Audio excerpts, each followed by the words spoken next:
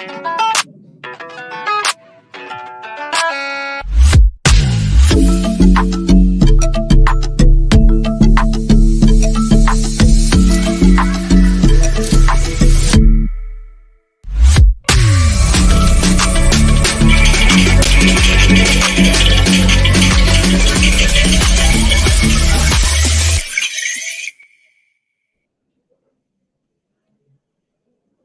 you very much. It gives me immense pleasure to welcome you to this very special episode of Trending Tuesday, hosted by Voice of Healthcare Broadcast Network.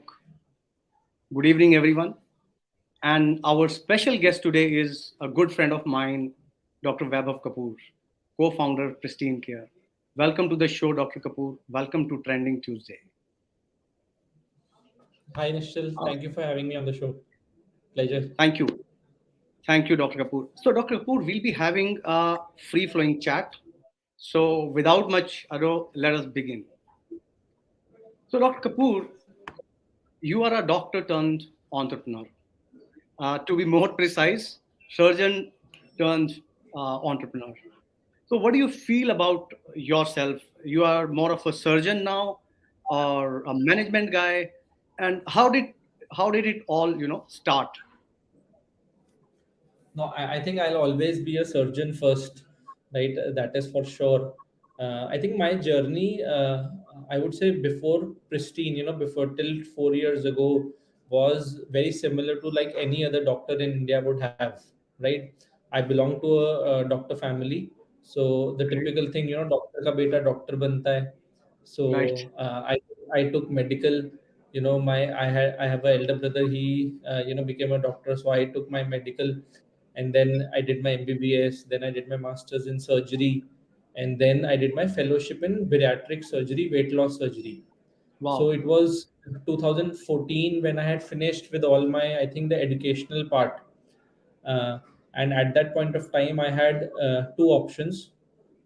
One was ki, my since my father was a doctor, he said ki Ludhiana aa jao. I belong to Ludhiana. I'm born and brought up in Ludhiana. So he said कि लुधियाना आ जाओ, लुधियाना में काफ़ी जान पहचान है मेरी. So it will be easy for you to set up your practice, Yeah, right? yeah, But you are a young surgeon, you have your egos. You feel कि नहीं यार अब घर वालों की support नहीं लेनी. And I said I'll not come to Ludhiana. I'll probably stay in this Gurgaon area, and I'll probably start my practice here. So I think that is how the journey began, right?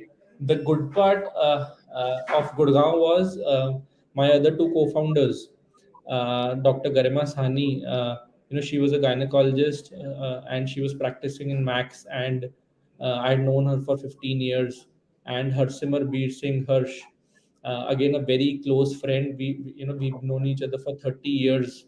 Uh, he done his three startups prior, and then he was right now with Urban Company leading one of their largest lawn businesses. So okay. three of us were there in Gurgaon, so we would meet a lot often, right, and discuss about a lot of things, right, about all the problem statements which were happening and everything. I think second advantage of Gurgaon was I sort of met a lot of entrepreneurs, right? Early stage, or maybe a Series A, Series B type folks. So normally, when you are in a medical circle, you don't get to interact with all these people, Yeah, right? yeah. Either You meeting are always in a doctors. clinical space. Yeah, Yeah, you are either in a clinical meeting where you're discussing about surgeries, or you're meeting doctors where you're probably discussing patients and everything. yeah, So yeah. now Gurgaon gave that opportunity where you were meeting a lot more entrepreneurs. I made friends with a lot of entrepreneurs, and you would just see them discussing a lot about changing how the things are happening, or problem solving. So that I think also comes from you. So that is how I think probably the Pristyn started. So when we first started our clinic, Hmm. I think the core aim was that कि कुछ problem solve करते हैं. And being Right. in the medical profession, I would have done close to 10,000 plus surgeries myself, in the government sector, in the private sector, in the corporate sector, uh, and had very clear idea कि यार patients को problems क्या हैं, right? Hmm. So I think having understood the problem very clearly, plus the knowledge, and plus three of us were together here, my other two co-founders and me, gave us enough confidence that we should start Pristyn. So I think that is how the journey of Pristyn began. Yeah. Got it. Got it. Got it. Amazing journey. And so while building Pristyn Care, I mean, every startup has some challenges, and Right. challenges are like shifting bottleneck. In a startup Right. journey, we find different challenges at different stages, and some challenges are common and they continue to haunt us. So, what do you think about? Is there any challenge or any challenges you think those are still troubling you, and how you are managing them? I think challenges will always be there, right? And with Yeah, every stage, the new set of challenges come in. So see, when we started, like I said, the first thing for three of us was that we wanted to prove it to ourselves. यार हम yeah, कुछ कर सकते, right? So Pristyn started as a clinic, right? We did not raise any seed or any angel investment.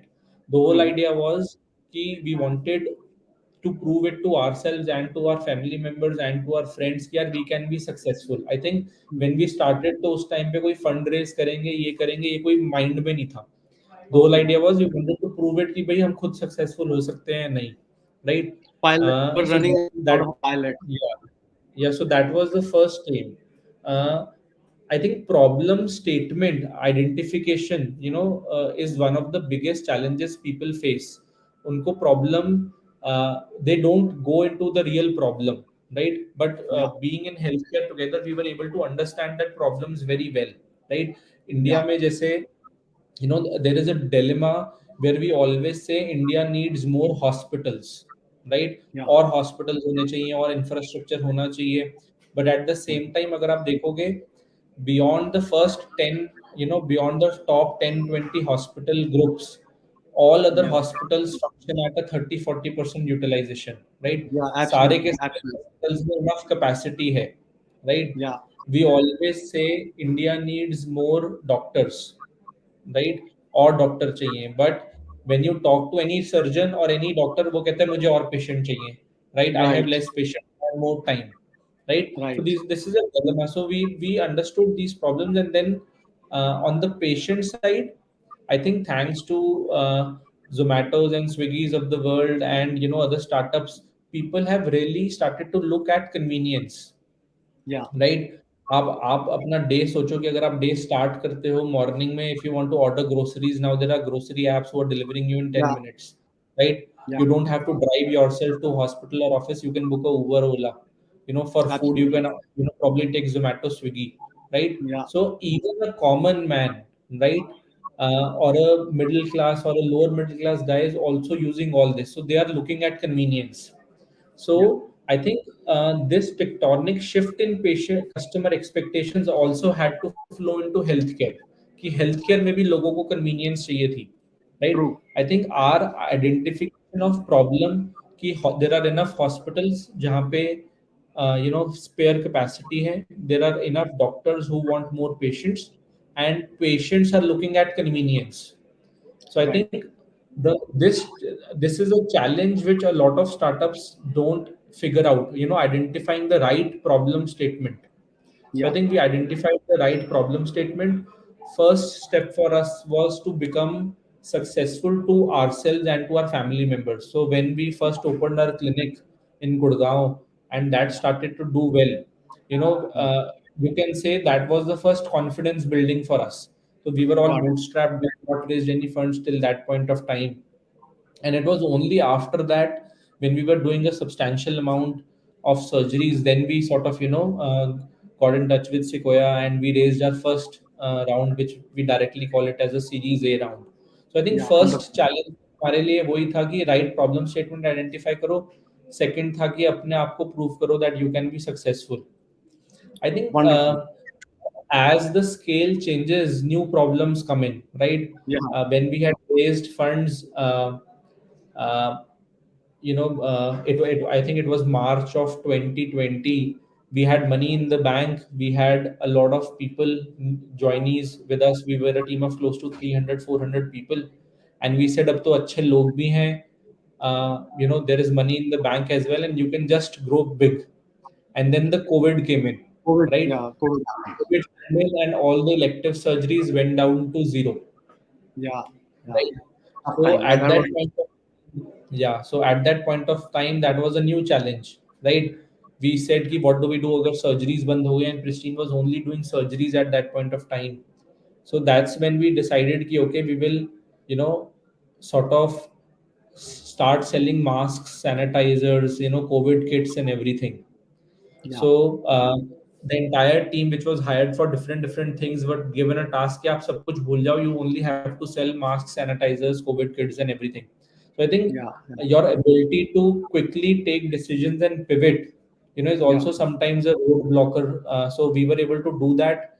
We were able to sustain ourselves for next 3-4 months till the surgeries restarted again. yeah. So I think these are the few challenges which are coming to my mind right now. But as No, no, you so, you know, so as I got your point. I mean, you saw opportunity in adversity, and you thought that we can't do surgery. Let's do something else. Let's stay right, afloat, and keep doing, absolutely, keep staying in the business, keep doing the business.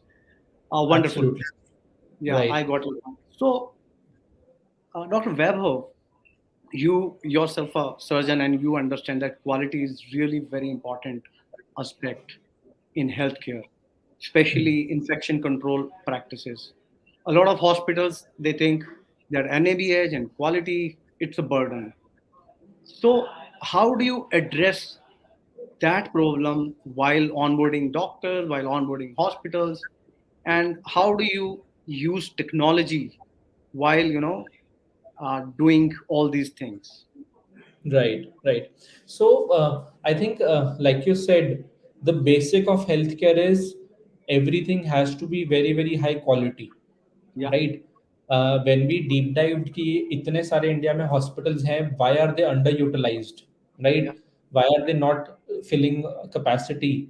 One of the major reasons, especially in the mid size hospital segment, we realized was one, patients don't trust their quality standards, right? yeah. So first thing what we did at Pristyn was we hired a quality team. So it's now almost 100-member team at Pristyn. It's Hmm. formed of QCI consultants, quality consultants, right?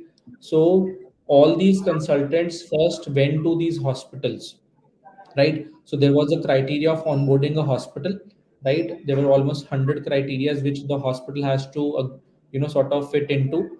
And once the hospital fit into, then this quality team will go in the hospital, and quality team will ensure that all the protocols are met. So, for example, in Okay. the operation theater, right, they will do a swab culture. They will see sign in techniques, sign out, time out techniques, anesthesia trolley, emergency kits are there in place or not, right? In the ward, they would train the paramedics, they would train the nursing staff, on various protocols. What if a patient has a fall? What if a patient has an allergic reaction? What if a patient has, sort of reaction to any medications? What you have to do?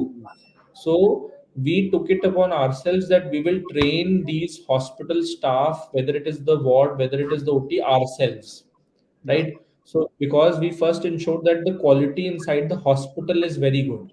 That yeah, was the first. Second thing, what we realized was these hospitals don't have access to latest equipments, yeah, right? Latest surgical equipments, because often these equipments are expensive. And if yeah, you are a group of, if you are a solo doctor who has built a hospital, or you are a small organization who has built a hospital, it is sometimes difficult to buy all these latest yeah. You equipments. can't afford those instruments. Yeah. Yeah. So we at Pristyn bought all these equipments ourselves.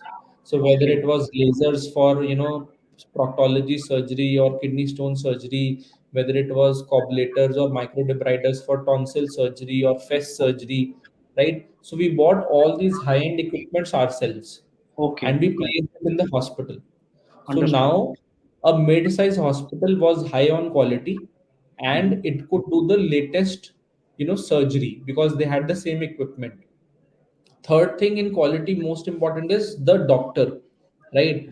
So from day one we were very clear that we will have full-time surgeons with us, although it was a cost upfront.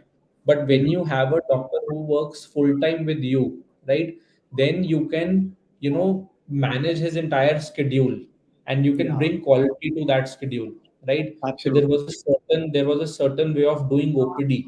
So all the doctors who come at Pristine, they first come to Gurgaon and they spend good 15 days in Gurgaon, where we Okay. train them into our patient first approach, right? We train them into how will you do an OPD, how will you do a surgery, what all protocols you will follow. So having full-time doctors, really helps you, right? Whether it is on the pre-surgery follow-up or post-surgery follow-up and all that part. So I think these three things have really helped us to sort of keep quality, even at scale, at a very, very high level. Yeah. Understood. Yeah, very well explained, Dr. Kapoor. So moving on, Dr. Kapoor, I'm sure you have been, through a lot of investors meeting when we present our deck to investors and tell them, and we tell them that these are our, immediate goal or short-term goals, medium-term goals, and then last slide we, keep that these are the future things we can do. So I'm curious to know about some of futuristic goals. So how do you see Pristine Care in future? Some revolution in surgery, some mobile unit, for surgery, doing surgeries in far flung areas, inaccessible areas. And do you think that in coming time you'll be able to replace surgeons with technology, or how hospitals are going to change? So what are your thoughts on that? So I think Pristine is into elective surgeries, and we are still a 4-year-old startup, right? So I Yeah. think our first aim is that we do every kind of secondary care elective surgery which is happening in India, right? Mhm. Initially, it started with two specialties. One was which was the surgery, and second was Dr. Garima's, which was gynecology. We have now Mhm. slowly moved from these two to ophthalmology, ENT, laparoscopy, vascular surgery, urology, and everything. And there are still a lot more which we are currently not doing, right? Mhm. We've just started with, hair transplant and dentistry as a specialty, and there's still more which are left. So our first aim will be that if we can, do every kind of elective surgery, in secondary care space. So that is our first aim. Second, we are there in 42 cities. We will probably open up another 10, 15 cities in India. Would like to Yeah. go deeper with each specialty in these cities. That is our immediate second aim. uh, we are trying our hands at international, where we are trying to sort of replicate Pristine in few of the countries where we have similar healthcare infrastructure like India, Yeah. maybe our neighboring countries and everywhere, right? And probably the government is also pushing a lot on medical tourism, so probably looking to sort of see if we can do anything in medical tourism, Yeah. right? Yeah. So that is Definitely. our sort of plans, immediate plans for a year or so, and I don't think so we think beyond that, right? Got The second thing which you asked was how will hospitals change. So see, we partner with hospitals, we don't build our own hospitals, right? But I think hospital is one industry which will undergo the maximum change in next 10 years, it. right? Yeah. Building a hospital is so high capex, right? The per bed cost is so high that it becomes extremely difficult to make a hospital profitable, right? I think less than 10% of hospitals in India would actually be profitable, Yeah. right? Yeah. And as the hospital goes bigger in size, there is more stress, because just the Yeah. cost of infrastructure, equipments, and everything. So what I strongly feel is that over next 10 years, hospitals will be a place where only inpatient services will happen, right? So if you look at a broader hospital, right, OPDs will move out of hospital, right? OPDs can Got it. happen in the clinic like we do at Pristine. So there is no need for OPD chambers in a hospital, right? All the lab diagnostics will start happening at home or in centers. So there is actually no need to build lab inside a hospital or diagnostics inside a hospital, right? If you can define a clear tat that a report can come in 15-20 minutes, right? So I think these things will move out of hospital, right? Probably all the daycare procedures, whether it is dialysis, whether it is chemotherapy, all these will also, it can be easily detached from a hospital, and they can be sort of, shifted in isolation, and they can be run much more profitably in those smaller centers. So I think hospitals for me over next 10 years will get converted into surgical centers, Got right? it. Where only either a patient comes for surgery and stays overnight or for a couple of days, Yeah. or probably tertiary care centers where probably a ICU is required. Yeah. So Yeah. if you think, hospital is generally required for that purpose only, Yeah. Yeah. all these Absolutely. attachments actually increase the cost of hospital, right? They increase the capex, so these can be built, sideways, and probably by other people.